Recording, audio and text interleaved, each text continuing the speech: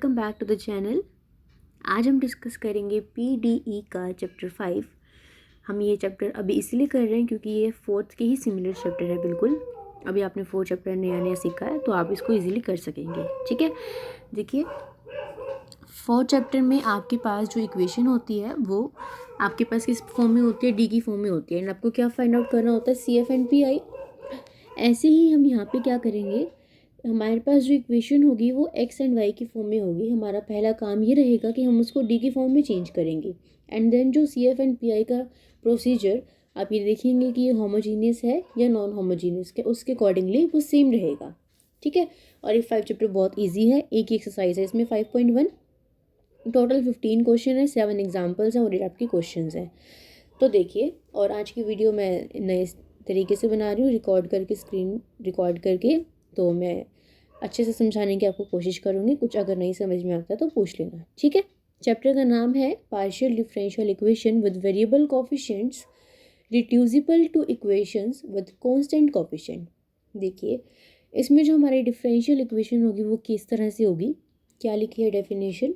Differential equation in which the coefficient of derivative of any order is a multiple of independent variable of same degree may be transferred into partial differential equations with the constant coefficient। देखिए क्या कहने की कोशिश कर रहे हैं यहाँ पे, ये आपके पास यहाँ पे जो इक्वेशन होगी वो किस तरह से होगी। देखो यहाँ पे क्या है, आपके पास x की पावर n है और ऊपर भी आपके पास यहाँ पे क्या है, x की पावर n। ये x की पावर n है तो जितनी डिग्री की ये होगी उतनी ही डिग्री का आपके पास क्या होगा, इसका कोफिशिएंट होगा। यहाँ पे अगर आपके पास x की पावर n-1 हो रही है तो यहाँ पे भी x की पावर n-1।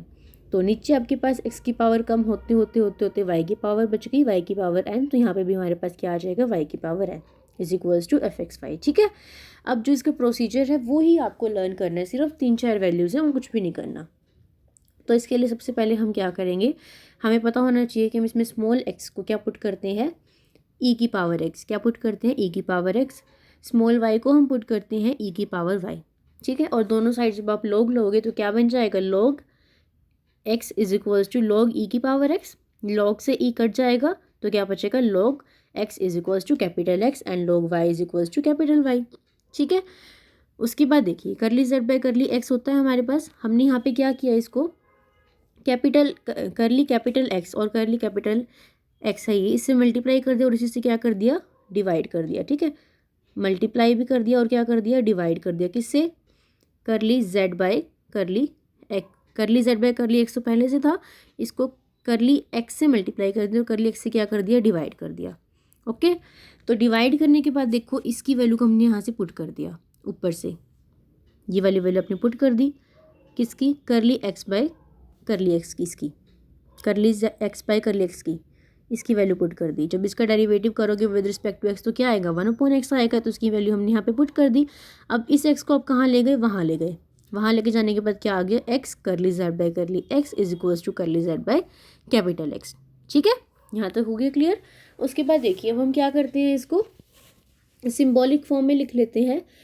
x कर, यहाँ दोनों तरफ z है तो z से z कट जाएगा तो x करली by curly x is equals to curl by curl x is equals to d. हम इसको d के इक्वल मान लेते हैं। ठीक है, अब आगे जो है वो मेथड है, वो मेथड आपसे एग्जाम में नहीं पूछा रहा था। आपको सिर्फ इक्वेशंस लर्न होनी चाहिए। आपको बता रखा है कि वो कैसे आया, आपकी मर्जी है ये करो या ना करो। मैं आपको बता देती हूँ कि आपको क्या चीज़ लर्न होनी चाहिए। देखिए सबसे पहले तो तरीका देख लो इसको करने का।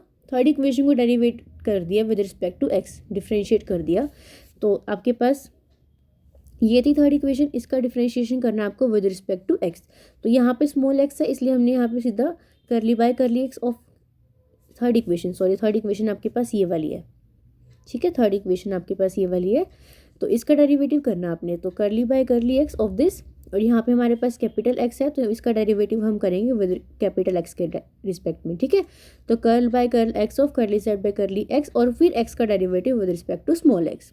तो जब इसका डेरिवेटिव करोगे तो u इंटू वी वाले मेथड से करोगे तो ये आ जाएगा, और जब इसका डेरिवेटिव करोगे तो ये आ जाएगा। आपने इसकी वैल्यू को ऊपर से पुट कर दिया। ठीक है, इतना क्लियर है। उसके बाद आपने क्या किया है, इस वाले x को आप यहाँ ले गए, इस वाले x को दोनों तरफ मल्टीप्लाई करके यहाँ ले गए तो क्या बन गया, x square curly square z upon curly x square plus x curly z by curly x is equals to में दिस, ये टर्म बन गई। उसके बाद आपने क्या किया, करली स्क्वायर इसको तो यहाँ रखा और इस वाले टर्म को हम माइनस में ले गए, ठीक है। माइनस में ले जाने के बाद आपने क्या किया है, इसको ये माइनस में x curly z by curly x था, इसको चेंज कर दिया आपने, किस में किया, देखो ये ऐसे था, थर्ड इक्वेशन से इसको आपने चेंज कर दिया। ये देखिए क्या है आपके पास थर्ड इक्वेशन, ये है ना, small x curly z by curly x किसके इक्वल है, करली जेड बाय कैपिटल करली एक्स इसके इक्वल है। तो यहाँ पे आपने इसको यहाँ पे क्या पुट कर दिया, ये देखो ये चीज़ थी, इसको क्या पुट कर दिया, करली जेड बाय करली कैपिटल एक्स में पुट कर दिया, ठीक है। अब देखो करली square z upon curly x square Z, ये है करली square by curly x square को हम क्या लिखते हैं, डी का स्क्वायर लिखते हैं ना, और इसको क्या लिखते हैं हम, डी लिखते हैं। तो डी स्क्वायर जेड माइनस का डी जेड ये आ गया, डी स्क्वायर जेड माइनस का डी जेड कैसे आया, curly square by curly x square को आपने क्या लिखा, डी का square, z as it is, minus curly by curly x को क्या लिखा, डी, और जेड एज इट इज़। अब यहाँ से डी को क्या कर लिया आपने, कॉमन ले लिया, तो अंदर क्या बच गया, D minus one into Z. तो ये वैल्यू किसकी आई है आपके पास, ये वैल्यू आई है आपके पास x square curly square z upon में करली एक्स स्क्वायर की वैल्यू आई है। तो ये आपको लर्न करनी पड़ेगी क्वेश्चन को सॉल्व करने के लिए। जहाँ पे भी क्वेश्चन में करली square z upon curly x square into में एक्स स्क्वायर मिलेगा, वहाँ पे आपको D into D minus one into Z put करना पड़ेगा। अभी कैसे पुट करा है, इसलिए मैंने आपको ये बता दिया कि ये ऐसे पुट करा है, ठीक है। इसी तरह से अगर आपके पास वाई स्क्वायर क्या आ जाए, Y square curly square z upon curly y square आ जाए, तो डी की जगह क्या आ जाएगा, D dash into D dash minus one into Z, ठीक है। और क्या आएगा आपके पास क्वेश्चन में आएगा, ये जहाँ पे भी आपको y curly z by curly y मिल जाए, वहाँ पे क्या पुट करोगे आप, curly z by curly y. और क्वेश्चन में आएगा आपके पास ये, जहाँ पे भी क्वेश्चन में आपको x y curly square z upon curly x curly y मिल जाए, वहाँ क्या पुट करोगे, डी डी डैश जेड। ये वाला तो नहीं करोगे, इसको रहने दो। मेन आपके पास तीन रिजल्ट है, ये और एक ये और एक ये। X square curly square z upon curly x square हो तो क्या पुट करना है, D into D minus one into z. Y square curly square z upon curly y square हो तो क्या पुट करना है, D dash into D dash minus one into z. और अगर x y curly square z upon curly x curly y हो तो क्या पुट करना है, D D dash into Z, ठीक है। तो ये थी वैल्यूज़ पुट करने की बात। अब हम देखते हैं एग्जाम्पल्स, इसके एग्जाम्पल करेंगे तो बहुत अच्छे से आपको क्लियर हो जाएगा कि कैसे करने हैं। क्वेश्चन बहुत इजी है, अगर आप फोर्थ चैप्टर कर लेते हो तो बहुत इजी है आपके लिए, अगर आप फोर्थ नहीं करते हो तब कुछ नहीं समझ में आएगा, ठीक है। देखिए गिवन इक्वेशन ये थी आपके पास। सबसे पहले स्मॉल एक्स को क्या पुट करोगे, ई की पावर एक्स, स्मॉल वाई को क्या पुट करोगे, ई की power y, so that capital x क्या बन जाएगा, लोग एक्स, और कैपिटल वाई क्या बन जाएगा, लोग वाई। करली बाय करली एक्स को क्या पुट करोगे, डी, और करली बाय करली वाई को क्या पुट करोगे, डी डैश। अब इस पे देखो, x square curly square z upon curly x square की जगह क्या पुट करोगे, मैंने क्या बताया था क्या पुट करना है, D into D minus one minus four as it is. X y curly square z upon curly x y की जगह क्या पुट करोगे, डी डी डैश पुट कर दिया, plus four as it is. Y square curly square z upon curly y square की जगह क्या put करोगे, D dash into D dash minus one plus six as it is. Y into curly z by curly y की जगह क्या put करोगे, D dash. सबके साथ जेड आएगा इसलिए जेड को थ्रू आउट आपने क्या ले लेना है, कॉमन ले लेना है, ठीक है। उसके बाद देखिए क्या था, क्वेश्चन में था आपके पास एक्स क्यूब वाई की पावर फोर ये था, और हम क्या करते हैं, एक्स को किससे रिप्लेस कर देते हैं, ई की पावर एक्स से, और वाई को किससे रिप्लेस कर देते हैं, ई की पावर वाई से। तो देखिए हम यहाँ पे जब इसकी रिप्लेसमेंट करेंगे तो क्या करेंगे, ई की पावर थ्री एक्स और इनटू में क्या करेंगे, ई की पावर फोर वाई, बेस से मैं तो क्या हो जाएंगी, पावर ऐड हो जाएंगी, तो क्या बन जाएगा, ई की पावर थ्री एक्स प्लस में फोर वाई, ठीक है। ये ऐसे आया है, ओके। अब देखो, अब बी केस में आ गई इक्वेशन डी में। अब एक कौन से चैप्टर का क्वेश्चन बन गया, फोर्थ चैप्टर का क्वेश्चन बन गया। अब देखना क्या पड़ेगा, देखना ये पड़ेगा कि ये होमोजीनियस है या नॉन होमोजीनियस है, ठीक है। हम देख लेंगे। उसके लिए सबसे पहले तो आप इसके अंदर मल्टीप्लिकेशन कर दो। जो मल्टीप्लिकेशन करने के बाद आपके पास जो मेन टर्म आएगी वो आएगी ये, ठीक है। अब देखो इसका ऑर्डर क्या है, टू, इसका क्या है, टू, इसका भी क्या है, टू। इसका क्या है 1 और इसका क्या है 1, तो अलग अलग है, मतलब कि नॉन होमोजीनियस है। तो नॉन होमोजीनियस के लिए हम दो फैक्टर्स में इसको डिवाइड कर लेंगे, और नॉन होमोजीनियस में क्या करते हैं, D minus M D dash minus C से इसको कंपेयर करेंगे, और उससे कंपेयर करने के बाद एम और सी की वैल्यू को निकाल लेंगे। अगर आपको ये कंसेप्ट नहीं आता है तो प्लीज़ 4 चैप्टर की वीडियोज़ को देख लीजिए, ठीक है। तो आपके पास सी की वैल्यू आ जाएगी, एम की वैल्यू आ जाएगी। तो फॉर्मूला हमारे पास क्या होता है, सी एफ निकालने का, ई की power C x phi 1 into y plus y minus m x, और प्लस ई की power C x phi 2 y minus m y plus m x, ठीक है, ये होता है। तो वैल्यूज़ को पुट कर दोगे तो क्या आ जाएगा सी एफ। अब क्या निकालना है, अब निकालना है पी आई। तो पी आई कैसे निकालते हैं बहुत बार समझा चुकी हूँ मैं, क्योंकि ये होमोजीनियस में भी रिपीट हुआ, नॉन होमोजीनियस में भी रिपीट हुआ, तो मुझे नहीं लगता मुझे आपको करवाने की ज़रूरत भी है। ई की पावर वाला है तो ई की पावर वाले में आपको पता है कि हम क्या करते हैं, डी की जगह क्या पुट कर देते हैं, ए की वैल्यू। ए यहाँ पे क्या है आपके पास 3, और बी यहाँ पे क्या है आपके पास 4, ठीक है। तो ए और बी की वैल्यूज़ को पुट कर दोगे तो आपके पास सॉल्व करने के बाद क्या आ जाएगी, इक्वेशन आ जाएगी आपके पास, ये आ जाएगी। तो ये पी आई आ गया, ये सी एफ आ गया, दोनों को कंप्लीट ऐड कर दोगे तो क्या बन जाएगा आपके पास, complete solution. This was your example. इसी तरह से इसके सारे के सारे एग्जाम्पल है, मैं आपको रीड करवा देती हूँ, ठीक है। इसमें आपके पास कितने एग्जाम्पल हैं, आपके पास हैं 7 ही तो एग्जाम्पल हैं, और 8 एक्सरसाइज के क्वेश्चन है, 15 क्वेश्चन है टोटल। चैप्टर 4 एंड चैप्टर 5 की आपको मिला के एक यूनिट बनती है। इस चैप्टर को तो बहुत अच्छे से कर ही लेना, क्योंकि 4 चैप्टर में सॉल्व करने में जब हम करते हैं उसको सॉल्व तो थोड़ी सी प्रॉब्लम हो सकती है हमें, बट इस चैप्टर का कोई भी क्वेश्चन मत छोड़ना, ठीक है। देखिए next second question x square में है।